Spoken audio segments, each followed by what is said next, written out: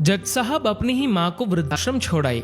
आश्रम में माँ का ध्यान रख सके इसलिए वहां के चौकीदार से दोस्ती कर ली थी और उसे कुछ पैसे भी दे दिए थे।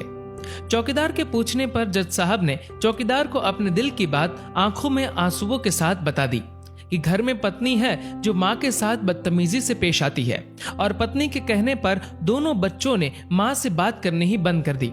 माँ को अकेलापन लगने लगा और इन सब वजहों से दिन भर रोती रहती थी, इसीलिए उसे आश्रम छोड़ने के लिए आ गए। तो चौकीदार ने कहा, जज साहब आपके सामने सारे सबूत थे कि कौन सही और कौन गलत है, लेकिन अपनी ही माँ के साथ न्याय नहीं कर पाए तो औरों के साथ क्या न्याय करते होंगे आप। ये बात जज साहब के दिल को चुभ गई। चौकीदार की इतनी सी बात का इतना असर हुआ कि 2 रात नींद नहीं आई, 2 दिन से खाना नहीं खाया और कोर्ट भी नहीं गए। ऐसा लग रहा था जैसे एक चौकीदार ने जज साहब की दुनिया हिला दी हो। तीसरे दिन जज साहब अपने रूम से बाहर आए। पत्नी और बच्चे खाना लेकर इसी इंतजार में खड़े थे कि जज साहब कब खाना खाएंगे। अभी जज साहब ने एक कागज पत्नी को और 2 अलग अलग कागज अपने बच्चों के हाथ में थमा दिए। कागज की एक लाइन पढ़ी तो पत्नी के हाथों में से थाली गिर गई। उस पर लिखा था कि मैं तुम्हें तलाक दे रहा हूँ, और बच्चों से कहा, आज से मेरी सारी प्रॉपर्टी आप दोनों की, मुझे कुछ नहीं चाहिए।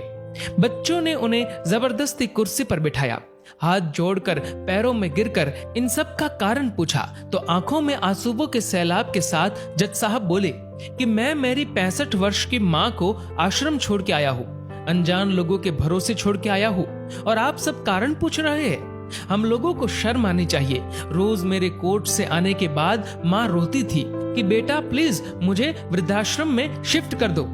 आप में से किसी ने भी माँ से सीधे मुंह बात नहीं की, और ये भी भूल गए कि जिस जज को आज पूरा शहर सलाम करता है, उसी जज को बनाने में उस माँ का कितना बड़ा रोल है। कभी दूसरों के घरों में काम करने जाती तब भी मुझे अकेला ना छोड़ती थी।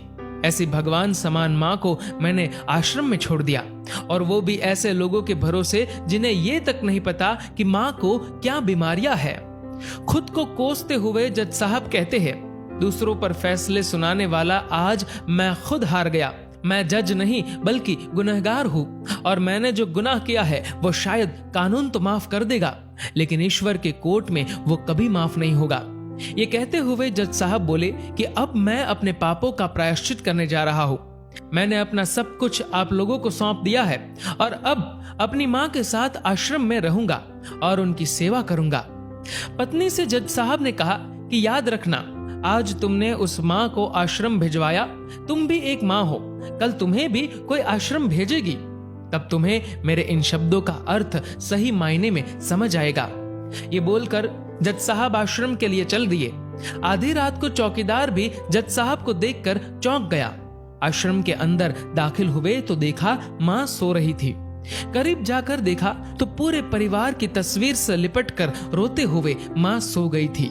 आश्रम का प्रशासन भी जाग गया, क्योंकि पीछे पीछे पत्नी और बच्चे भी आ गए थे। उन्हें यह एहसास हो गया था कि उन्होंने क्या पाप किया है। तभी आश्रम की एक कर्मचारी बोली, हम इन्हें आपको नहीं सौंप सकते, क्या पता कल आप इन्हें मार दो तो। ये सुनते ही जज साहब की पत्नी को दिल में बहुत दर्द हुआ। वो बोल उठी कि मैडम जी, शायद हमारे हाथों बहुत बड़ा पाप हुआ है, मानते हैं, लेकिन अब हम इन्हें मारने नहीं, इन्हें एक नया जीवन देने आए हैं। आश्रम के सभी बुजुर्गों की आंखों में आंसू थे। सब के सब रो पड़े। खुशी के आंसुओं के साथ माँ को घर ले आए। लेकिन वही आश्रम में अनेक आंखें ऐसी थी जो किसी ना किसी का इंतजार कर रही थी।